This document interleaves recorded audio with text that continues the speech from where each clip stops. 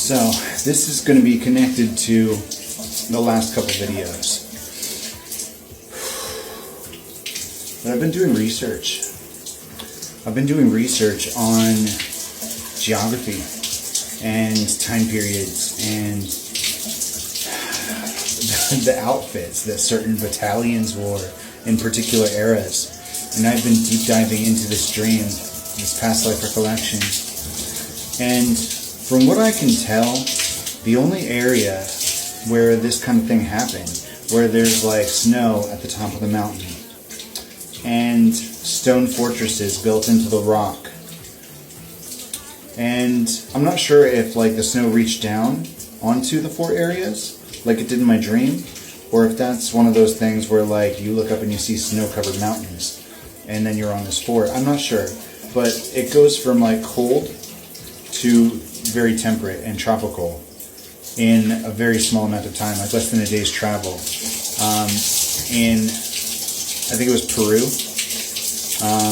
Essentially, I think what I was dreaming of was the Spanish invasion of the Inca. Which means that like in this past life, I was on the side of the Spanish invaders because that was my family. That was my dad, you know, being the general. Maybe not the general, but like a general, you know, like a leader. I like looked into as many military leaders during that thing as I could, but all I could really come up with was the Pizarros. And I'm hesitant to say like that was it, because you don't see all of the faces that were actually there. You know, when you're looking in history books, you see a couple titles, you see the most prominent people or whatever, but you don't actually see everyone that was there. And he had God knows how many leaders in that army. There was maybe 500, from what I could tell, it was like 500 units. Chances are, it wasn't the Pizarros, it was somebody in the ranks. That was my dad.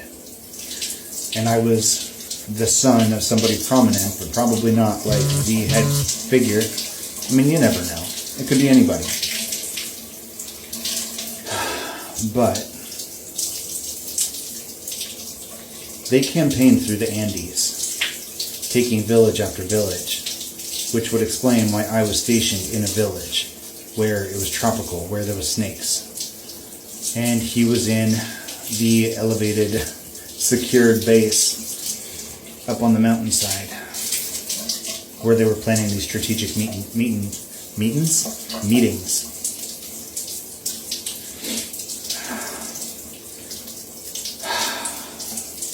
But that means that it means a lot of things. But what I was thinking about in particular was the betrayal I felt when they had that giant snake put into my hut.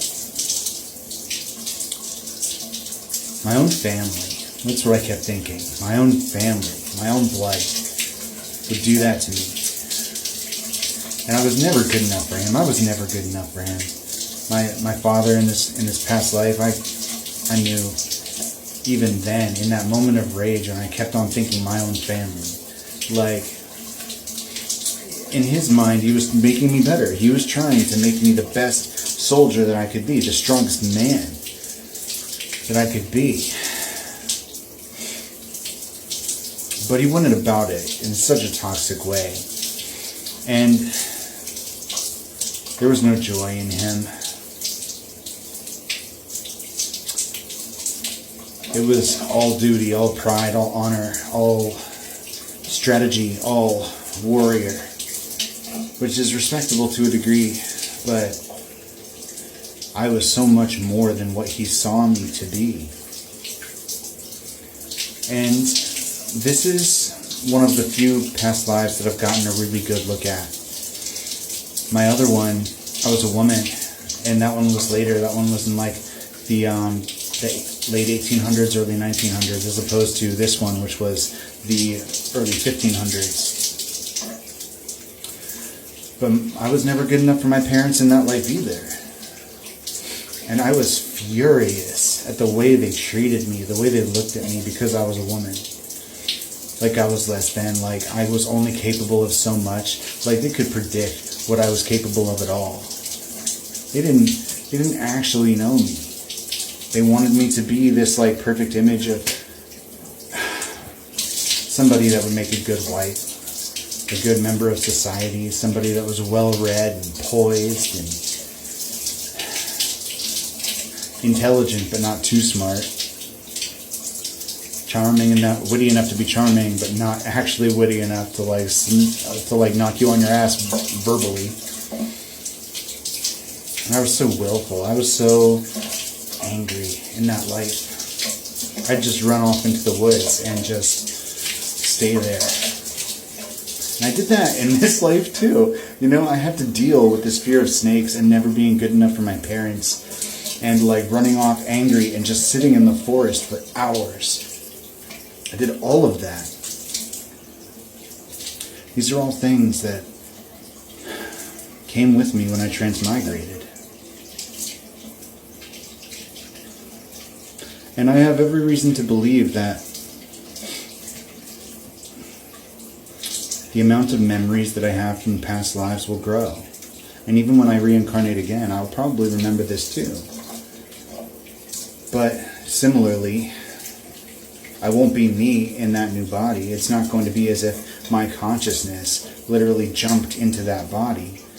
I'll carry the memories. I'll still be the same person. But I won't be them. I won't be this me either. It'll be different, but the same.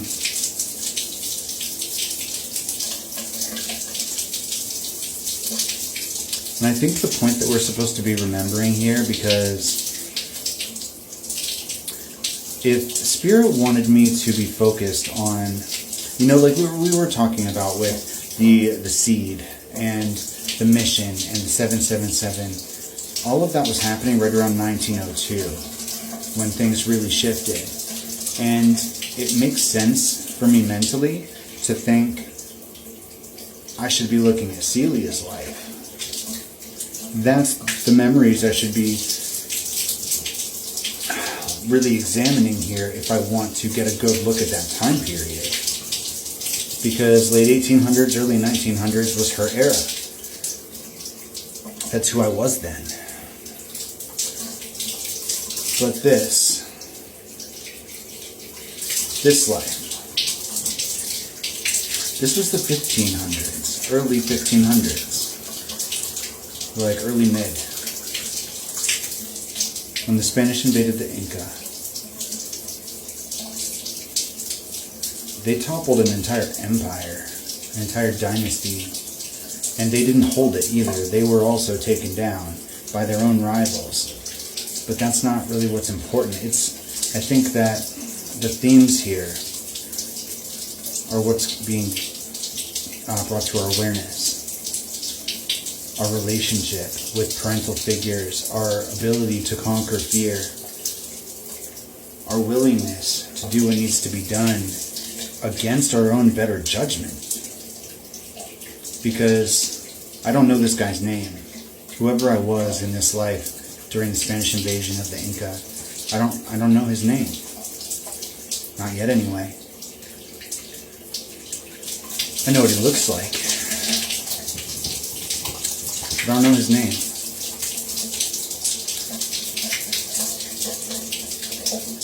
And he was willing to follow orders. He listened to his father, no matter how toxic it was. He was a soldier. He was loyal to his own detriment. But I mean, what choice did he have? They would have killed him or imprisoned him. But when you're in South America and home base is Spain, like, they'd probably just kill you. And Celia, she rebelled as hard as she fucking could. And I don't know exactly how she died. I feel like she died younger. Probably around her 30s or 40s, maybe. Maybe it was younger, I don't know. I don't really have memories for her beyond maybe 30.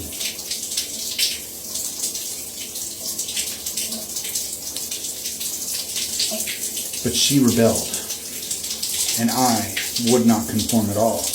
And it's like we became more and more willful over time. We would not cooperate with the status quo, with what was expected of us.